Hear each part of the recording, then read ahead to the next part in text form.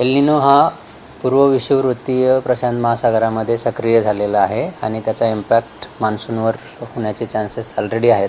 आपण दुसऱ्या टप्प्यातला जो आपला दीर्घकालीन अंदाज आहे त्यामध्ये क्लिअरली सांगितलं होतं की यावर्षीचा जो पाऊस आहे तो सरासरीच्या 90% इतकाच पडण्याचे चान्सेस आहेत आणि त्याचं मुख्य कारण म्हणजे एल निनोचा प्रभाव आपल्या मान्सूनवर असणार आहे. साधारण किती दिवस हा सगळा प्रभाव दिसेल, त्याचा शेतकऱ्यांवर, सामान्य माणसांवर किती परिणाम होऊ शकतो आणि तीव्र झाले तर त्याचे पडसाद कसे दिसू शकतात? राईट.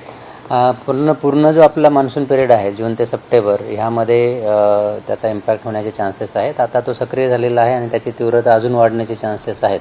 म्हणून ह्या वर्षीचा जो मान्सून आहे त्याचा मान्सूनचा जो पाऊस आहे तो आपल्याकडं कमी पडण्याचे चान्सेस नक्कीच आहेत.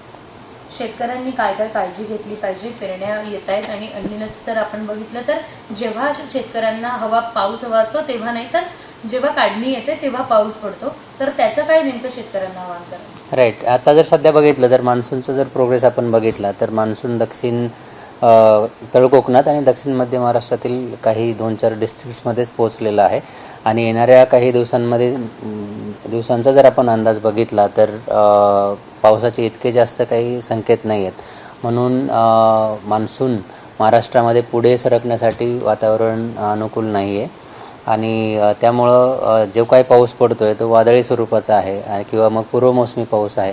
या पावसाच्या बेसिसवर शेतकऱ्यांनी पेरणी करू नये आणि कृषी खात्याकडनं किंवा राज्य शासनाकडनं ज्या काही सूचना दिल्या जातात पेरणीविषयक त्याकडे लक्ष देणं गरजेचं आहे.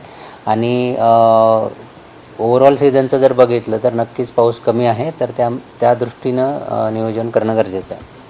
हे झालं देशाचं. महाराष्ट्रावर एल निनोचा किती परिणाम होणार आहे? कारण आपण बघितलं तर जे मोसमी वारे असतात त्याचा परिणाम दरवर्षी महाराष्ट्रावर वेगवेगळ्या प्रमाणात दिसतात, त्याचा कसा परिणाम होईल?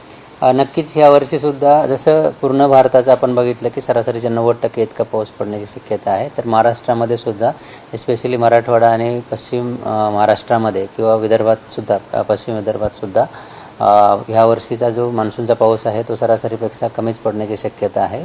तर त्यानुसार जसं आपण आधी सांगितलं की शेतीचं नियोजन करणं असेल किंवा मग कृषी विभागाकडनं ज्या काही सूचना येतात त्याचं पालन करणं गरजेचं आहे.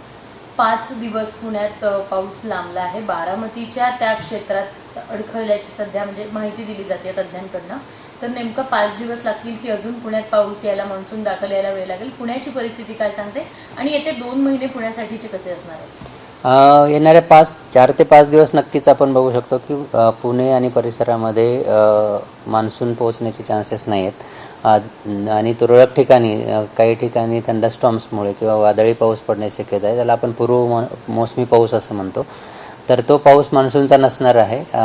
त्यामुळे मान्सून महाराष्ट्रामध्ये किंवा पुण्यामध्ये अजून पुढे सरकण्यासाठी आपल्याला वाट बघावी लागेल आणि तसे अपडेट्स भारतीय हवामान विभागाकडून दिले जातील.